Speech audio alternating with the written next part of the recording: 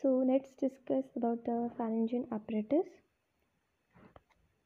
Pharyngeal apparatus में mainly pharyngeal arches, pharyngeal pouches, clefts और membranes इसका composition होता है.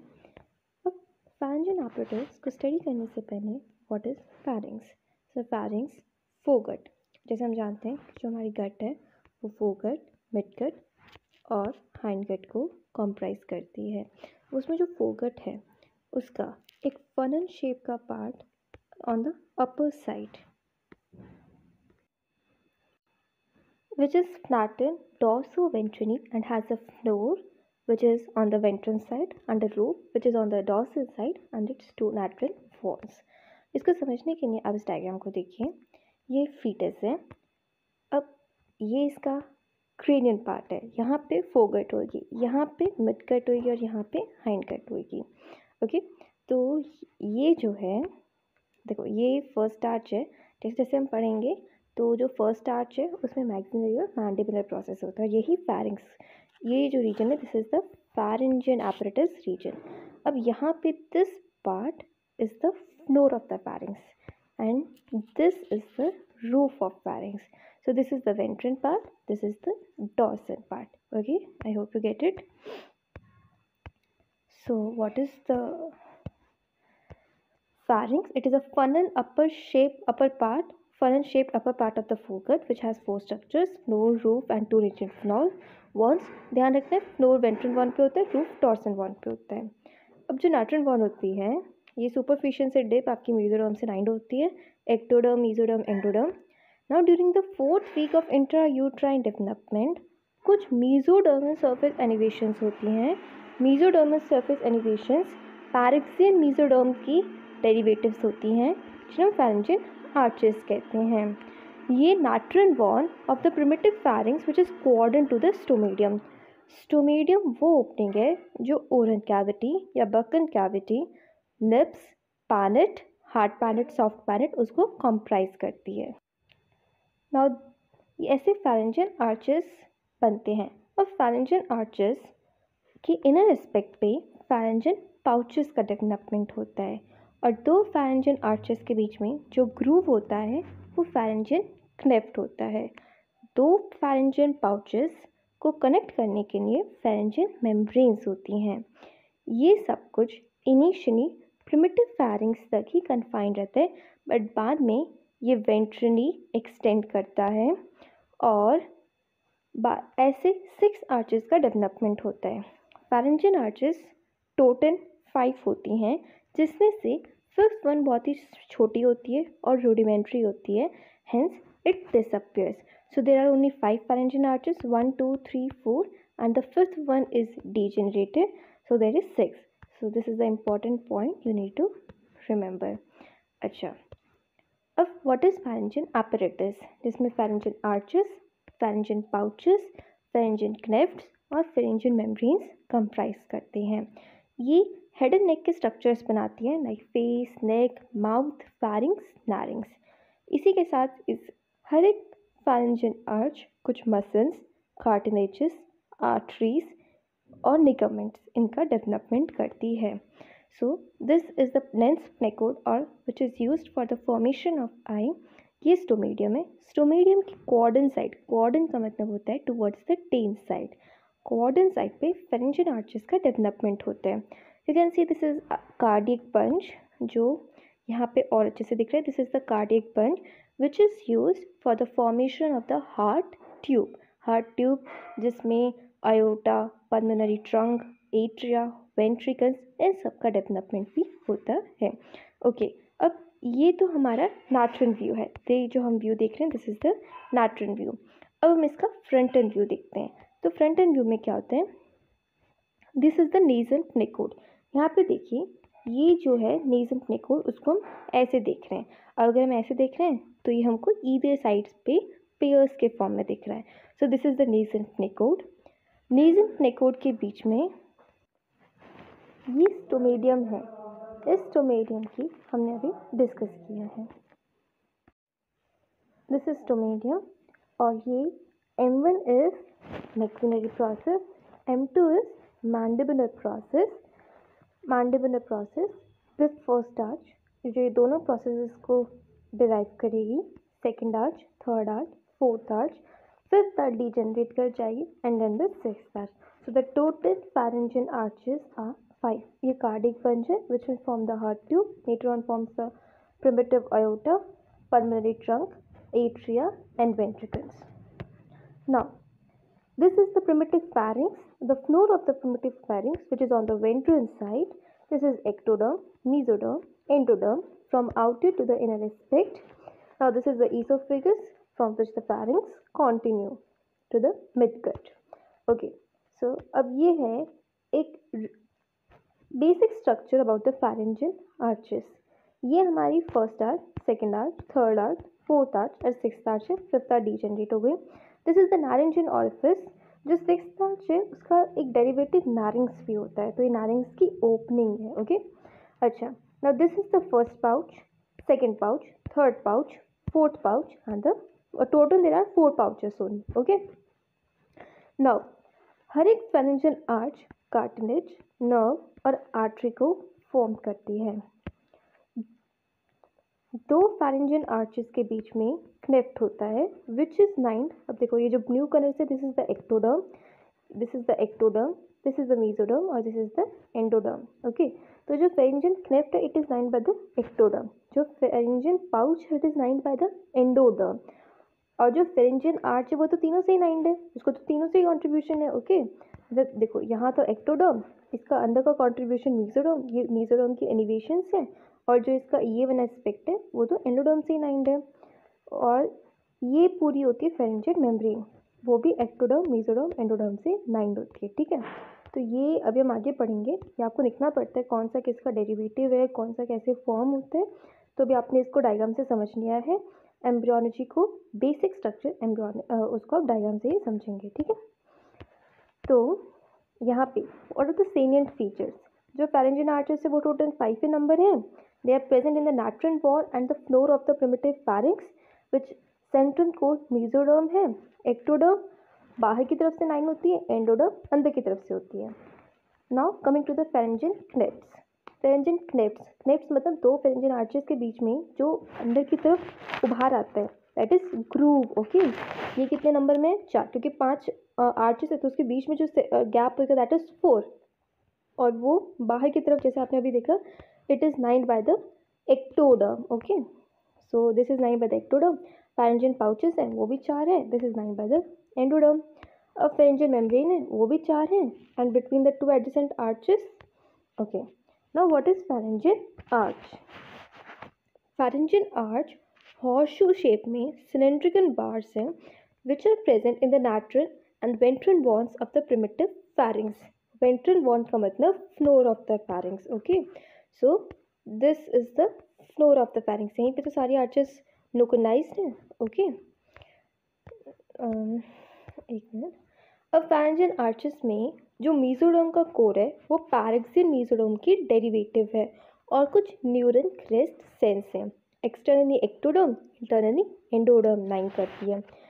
हर एक आर्च, एक आर्टरी, एक स्केलेटल एलिमेंट वो एक कार्टिलेज हो सकता है और एक मसल मास होएगा और हर एक आर्च की एक नर्व होएगी. अब एक टिपिकल pharyngeal आर्च का जो कार्टिलेजस बार है it is derive from the neural crest mesenchyme. अब एक structure of the pharyngeal arch, इसको समझो.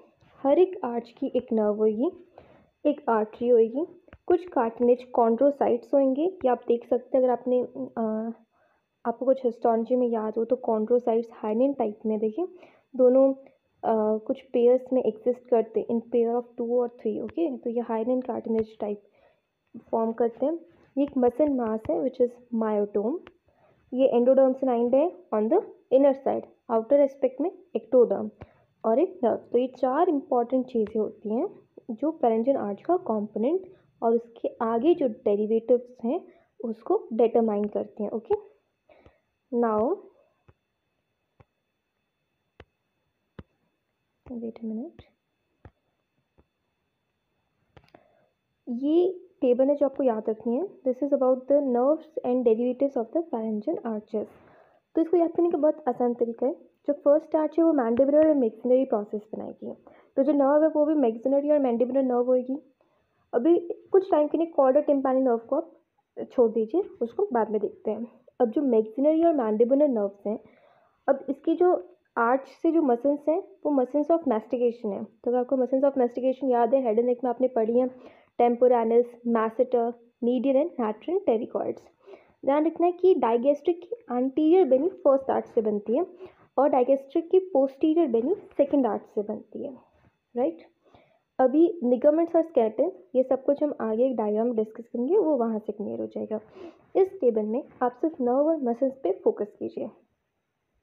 जो सेकंड आर्च है वो फेशियल नर्व देगी, और फेशियल नर्व है तो यहाँ पे muscle of facial expression like buccinator, auricularis, occipito frontalis, platysma, orbicularis oris, orbicularis oculi जो आई की मसल है, ये माउथ की मसल है, ये फोरहेड की मसल है, ये नेक की मसल है, जो आप क्लेंच करते हैं तब ये विजिबल होती है। बक्सिनेटर ये विस्निंग में हेल्प करती है। ऑरिकिनारिस ईयर की मसल है। Okay, coming to third arch, glossopharyngeal nerve, और जो मसल है that is stylopharyngeus means tongue के आसपास है। और अगर आपने टंग की मसल्स का ऑरिजिन इंसर्शन पढ़ा है तो वो generally greater corner of the hyoid bone से ही निकलती हैं। Okay, now coming to fourth and sixth arches. Fourth arch का जो नर्व है that is superior laryngeal nerve, और जो सिक्स्थ आर्च की नर्व है that is recurrent laryngeal nerve. Diagram में और अच्छे से क्लियर हो जाएगा, डोंट वरी।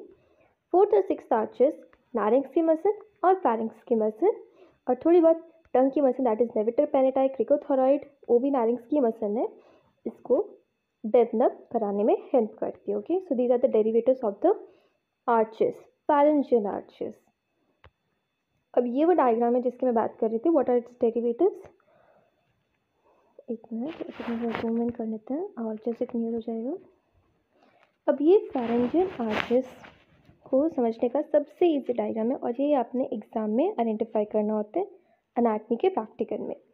सो ये आप देख सकते हो, this is the spine of the sphenoid bone, और स्पाइन ऑफ स्फेनॉइड से ये लिंगुला है, ठीक है। और यहाँ पे ये आप देख सकते हैं, ये जो है, do get it, this is actually mandible, right. तो स्पाइन ऑफ स्फेनॉइड से मैंडिबल की तरफ जो लिगामेंट जाएगा, दिस इज स्फेनोमैंडिबुलर लिगामेंट। ये बात आई समझ में, इतना इंपॉर्टेंट पार्ट है। तो व्हाट आर द डेरिवेटिव्स, जो ये रेड कलर, ध्यान रखना ये पिंक कलर नहीं है, रेड कलर ही है, ये सारे फर्स्ट आर्च के डेरिवेटिव्स हैं। तो स्पाइन ऑफ स्फेनॉइड से मैंडिबल की तरफ स्फेनोमैंडिबुलर लिगामेंट, मेनियस, इंकस। अब जैसे आपने ईयर की बोन्स पढ़ी होंगी तो वो मिस पढ़ते हैं आप, MIS, ओके, MIS। तो सिर्फ मेनियस और इंकस ही फर्स्ट आर्च के डेरिवेटिव है, जो स्टेपीज है वो सेकेंड आर्च का डेरिवेटिव है, राइट। तो मेनियस और इंकस। अभी anterior ligament of malleus first arch का डेरिवेटिव है, स्फेनोमैंडिबुलर लिगामेंट और मेकन्स कार्टिलेज। मेकन्स कार्टिलेज जो मैंडिबल में प्रेजेंट है। I hope you get this, कि आपको फर्स्ट आर्च के डेरिवेटिव्स याद हो गए होंगे। Now coming to the second arch derivatives. तो ये क्या स्टेपीज है, स्टेपीज हो गए सेकेंड आर्च का डेरिवेटिव। अभी जो ग्रीन कलर से, दिस इज द स्टाइनॉइड प्रोसेस, और स्टाइनॉइड प्रोसेस से देखो ये ग्रीन कलर और ये ब्लू कलर, ये जो भी पूरा स्ट्रक्चर है, this is the hyoid bone. बस हायोइड बोन अलग अलग तरीके से डेरिवेटिव होते हैं। तो जो इसका ग्रीन पार्ट है सेकेंड आर्च से डेराइव है। तो स्टाइनॉइड से hyoid, this is the stylohyoid ligament. I hope you get it. Second arch का डेरिवेटिव क्या है, stapes, styloid process, this styloid process, stylohyoid ligament. Okay, now lesser cornua, ये जो ऊपर का पार्ट है, this is the lesser cornua and the upper part of the hyoid bone, right. This is the lesser cornua, ये होता है lesser cornua, ये होता है greater cornua. Cornua means horn, horn आपने देखा होगा यूनिकॉर्न का horn, okay. So this is the lesser cornua and the upper part, lesser cornua and the upper part of the hyoid bone, ये होते हैं सेकेंड आर्च के derivatives. Coming to the third arch derivatives, उसमें क्या होएगा, greater cornua and the lower part of the hyoid bone. हो गया याद, बहुत आसान है, एक बार पढ़ लो, उसके बाद थोड़ा रिवाइज करो 2-3 बार, उसके बाद याद हो जाता है, ठीक है। अब फोर्थ एंड सिक्स्थ आर्च के डेरिवेटिव्स, क्योंकि फिफ्थ आर्च तो डी जनरेट कर जाती है, तो हमारे पास टोटल कौन सी होती है, 1, 2, 3, 4 और 6। फोर्थ और सिक्स्थ आर्च के डेरिवेटिव्स कॉमन होते हैं, वो क्या बनाएंगे, फैरिंग्स के और नारिंग्स के काम। अब देखो फोर्थ और सिक्स्थ आर्च में ये थायराइड कार्टिलेज है, ये एक शीन लाइक कार्टिलेज, कवच टाइप में शीन लाइक थायराइड कार्टिलेज। अच्छा, अब नीचे से शुरू करते हैं। दिस इज द एल्गिनॉइड कार्टिलेज, उसके ऊपर होता है कॉर्निकनेट और उसके ऊपर होता है क्यूनिफॉर्म कार्टिलेज। ओके, और नीचे बेस प्रोवाइड करता है थायराइड के साथ जो कनेक्ट होता है क्रिकॉइड कार्टिलेज। बहुत आसान है, अगर आपने नारिंग्स पढ़ा हो, नहीं पढ़ा है तो आप नारिंग्स का वीडियो चेक करो, नारिंग्स पढ़ो, उसके बाद आप इसे याद करोगे तो बहुत आसान हो जाएगा। फोर्थ और सिक्स्थ आर्च के जो डेरिवेटिव्स हैं वो ये होते हैं थायराइड, क्यूनिफॉर्म, नीचे से याद करो, thyroid, arytenoid, corniculate, cuneiform and then it is cricoid cartilage. ठीक है, आसान हो गया। अब वो जो हमने व्यू देखा था वो फ्रंट व्यू था, ये लैटरल व्यू है, तो बात तो वही है, इसमें ऐसा कोई बात नहीं है। ये आपको अगर ऐसे थोड़ा कॉम्प्लिकेटेड लग रहा है तो ये आपका एक सिंपल सा ईजी सा डायग्राम है। I hope you get this video. कोई भी आपको डाउट हो so do mention it in the comment section. अगर आपको वीडियो अच्छी लगी हो सो लाइक करो। एक मिनट, एक बार ये वाला वीडियो भी देखने, एक बार ये वाला डायग्राम भी देख लेते हैं। तो फर्स्ट आर्च की जो नर्व है that is the trigeminal nerve, second arch की जो नर्व है वो फेशियल नर्व है। अब जो ट्राइजेमिनल नर्व है वो फिफ्थ क्रेनियल नर्व है, वो आगे डिवाइड करती है देखो ये मैक्सिलरी प्रोसेस है, मैंडिबुलर प्रोसेस है, मैक्सिलरी नर्व और मैंडिबुलर नर्व। अभी फेशियल नर्व सेकेंड आर्च को सप्लाई कर रही है, glossopharyngeal nerve for the third pharyngeal arch. अब ये जो वेगस है, this is the vagus nerve. अच्छा, एक और चीज़, जो वेगस नर्व है वो पूरी बॉडी में ट्रैवल करती है। वेगस का नाम वेगाबॉन्ड से डिराइव होता है। वेगाबॉन्ड मतलब जिसका कोई अता पता, कोई ठिकाना नहीं है, वो हर जगह ट्रैवल करता है। तो बॉडी में वेगस हर जगह ट्रैवल करती है। उसकी जो पहली फर्स्ट सुपीरियर डिवीजन होती है that is the superior laryngeal nerve, जो फोर्थ आर्च को सप्लाई करती है, और जो रिकरेंट नारेंजियल नर्व है वो सिक्स्थ आर्च को सप्लाई करती है। ओके, सो बस ये टॉपिक रह गया था। इसी के साथ आपका फेरेंजियल आर्चेस का जो टॉपिक है वो कंप्लीट होता है। अगर आपको वीडियो अच्छी लगी हो तो लाइक करो, चैनल को सब्सक्राइब करो और ऐसे ही पढ़ते रहो। Have a good day.